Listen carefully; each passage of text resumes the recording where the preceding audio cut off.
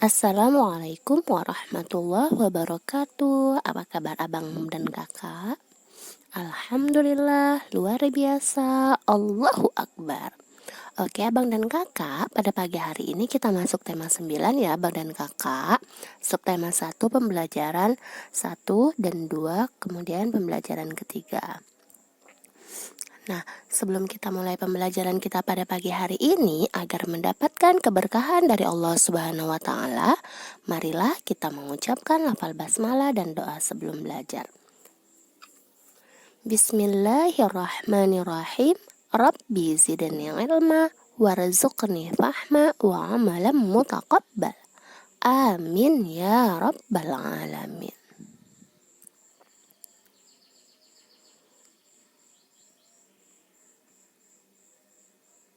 Oke, sesuai dengan firman Allah di Quran surah Yasin ayat 40 yang artinya Allah yang menjadikan untukmu api dari kayu yang hijau, maka tiba-tiba kamu nyalakan api dari kayu itu.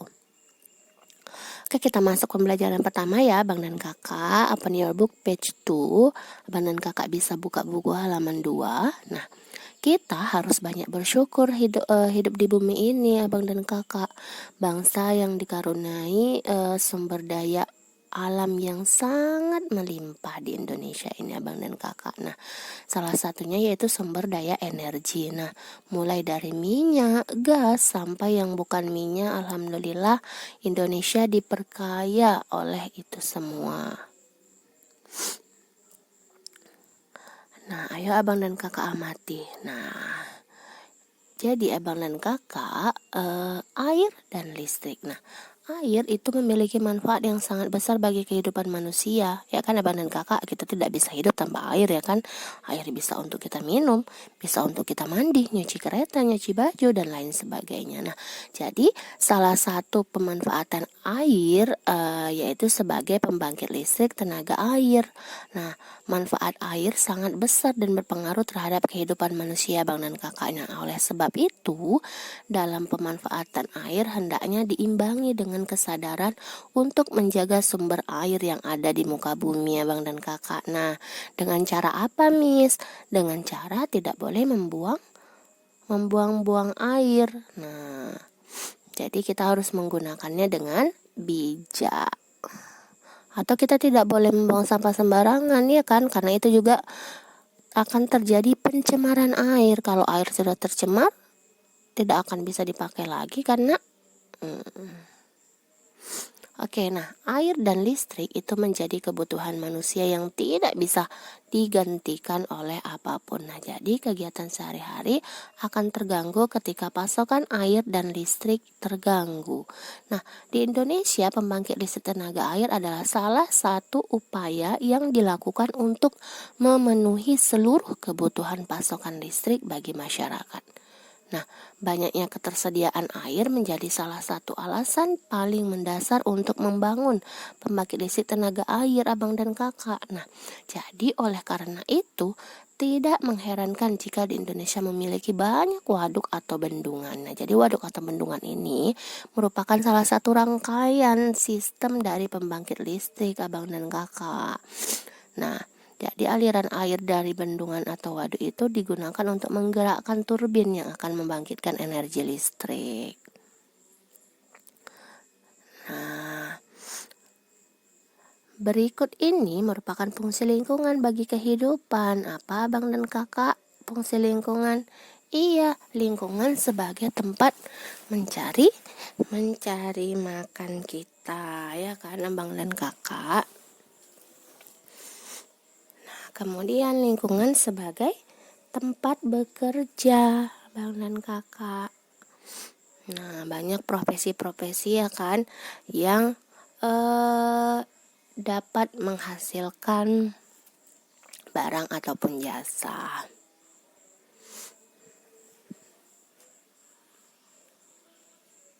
Nah, kemudian lingkungan itu sebagai tempat tinggal abang dan kakak, ya kan?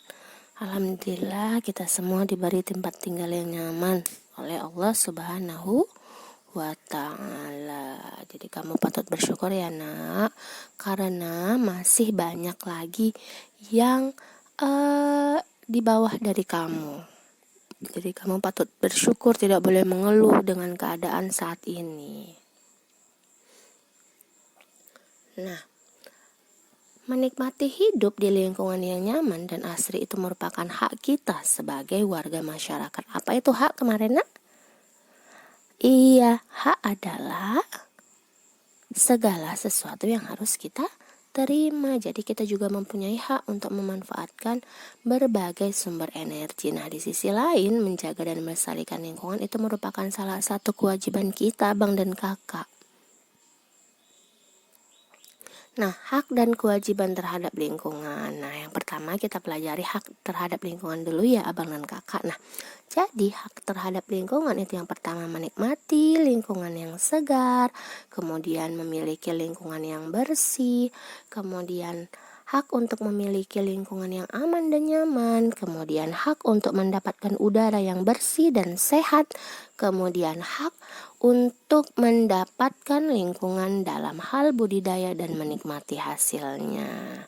Nah, kewajiban kita terhadap lingkungan apa, Miss? Nah, yang pertama itu membersihkan lingkungan dari sampah. Yang kedua, membuang sampah pada tempatnya. Yang ketiga, membersihkan selokan dan lingkungan sekitar. Yang keempat, menanam pohon. Yang kelima, mengurangi penggunaan bahan kimia yang bisa merusak lingkungan, abang dan kakak. Nah, kegiatan penumbuhan kesadaran itu menjaga lingkungan itu dapat dilakukan dengan kegiatan yang menyenangkan. Nah, salah satunya dengan bernyanyi menyanyikan lagu bertemakan lingkungan. Nah, contohnya yaitu alam bebas. Nah, ayo kita nyanyikan bersama-sama ya abang dan kakak. Check it out.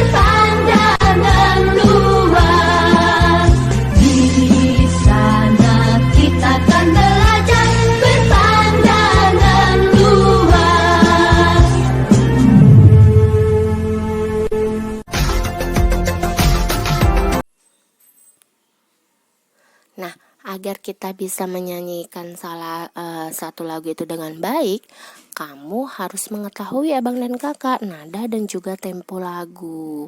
Nah, yang pertama nada. Apa itu nada, Miss? Nada itu adalah bunyi yang beraturan dan memiliki frekuensi tertentu, abang dan kakak. Ini contoh-contoh nada ya, abang dan kakak. Do, re, mi, fa, sol, la, si, do. Nah, kemudian yang kedua, tempo. Tempo merupakan ukuran kecepatan musik dalam birama lagu atau cepat lambatnya lagu dinyanyikan. Nah, kecepatan lagu bisa diukur dengan alat yang bernama metronome, abang dan kakak. Ini nama alatnya ya, ini bentuk alatnya juga, abang dan kakak. Nah, kemudian Indonesia adalah bangsa yang memiliki banyak sumber energi. Nah, sumber energi mulai dari minyak bumi dan gas bumi atau migas. Nah, sampai yang bukan minyak bumi atau non migas. Nah, jadi sumber-sumber energi tersebut tersebar di seluruh pulau-pulau yang ada di Indonesia. Kesemuanya itu harus dimanfaatkan secara bijak demi kesejahteraan penduduknya. Nah, yang A, sumber energi yang tidak dapat diperbaharui abang dan kakak. Nah, kemudian ada sumber energi yang dapat diperbaharui. Nah, apa sih sumber energi yang tidak dapat diperbaharui? Nah, jadi sumber energi yang tidak dapat diperbaharui itu merupakan sumber-sumber energi yang akan habis dan tidak dapat diperbaharui lagi. Artinya dia butuh ratusan atau jutaan tahun yang akan datang untuk dia ada lagi. Maka oleh karena itu kita harus memanfaatkan energi dengan sebaik-baiknya abang dan kakak agar dia tidak habis. Alhamdulillah sampai saat ini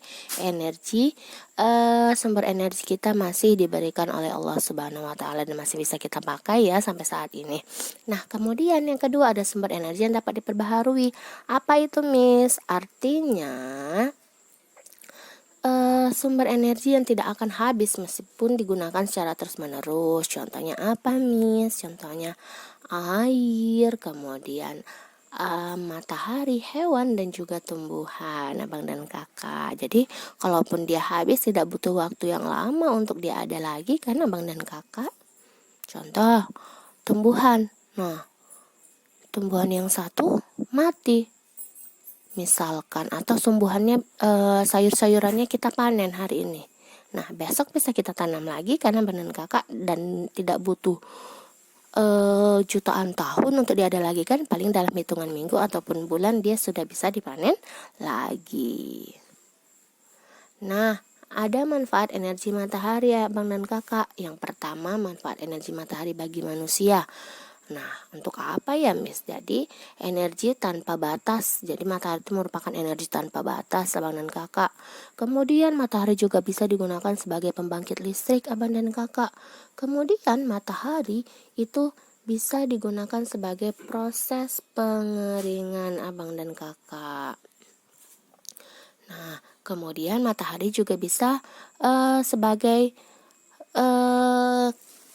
kesehatan tulang abang dan kakak. Nah, jadi kalau kita berjemur di panas matahari itu bisa bermanfaat bagi kesehatan tulang. Nah, kemudian penghilang rasa sakit pasca operasi.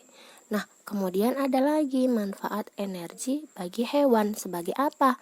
Penghangat tubuh. Nah, kemudian sebagai penguat tulang. Nah, kemudian matahari itu bagi hewan bisa mengeringkan bulunya jika dia basah atau baru dimandikan. Kemudian sebagai penunjuk arah saat terbang. Nah, kemudian untuk mempercepat pencernaan makanan. Nah, manfaat matahari bagi tumbuhan sebagai proses fotosintesis. Kemudian pertumbuhan kecambah. Nah, kemudian sebagai cara untuk mengeringkan biji. Nah, kemudian matahari juga bisa sebagai pertumbuhan bunga dan daun. Nah, kemudian matahari juga digunakan untuk mengaktifkan klorofil dalam tanaman. Kemudian, manfaat matahari bagi alam sebagai proses daur air, kemudian sebagai penerangan alami, kemudian sebagai pengatur tata surya, kemudian untuk memberikan suhu hangat. Kemudian yang terakhir, itu manfaat matahari bagi alam sebagai pengatur kelembapan lingkungan. Nah, ini Miss ada latihan. Nah, dikerjakan ya abang dan kakak. Oke, hanya ini materi yang dapat Miss sampaikan pada pagi hari ini. Lebih dan kurang Miss mohon maaf. I think enough for today. Let's say hamdalah. Alhamdulillahirrabbilalamin. Assalamualaikum warahmatullahi wabarakatuh.